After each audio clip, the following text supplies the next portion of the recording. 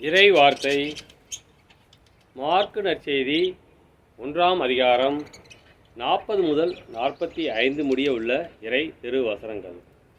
ஒரு நாள் தொழுநோயாளர் ஒருவர் இயேசுவிடம் வந்து, நீர் விரும்பினால் எனது நோயை நீக்க உம்மால் முடியும் என்று முழந்தாள் படியிட்டு வேண்டினார். இயேசு அவர் மீது பரிவு கொண்டு தமது கையை நீட்டி அவரை தொட்டு அவரிடம், நான் விரும்புகிறேன், உமது நோய் நீங்குக என்றார். உடனே தொழுநோய் அவரை விட்டு நீங்க அவர் நலமடைந்தார். பிறகு அவரிடம், இதை யாருக்கும் சொல்ல வேண்டாம், கவனமாய் இரும்.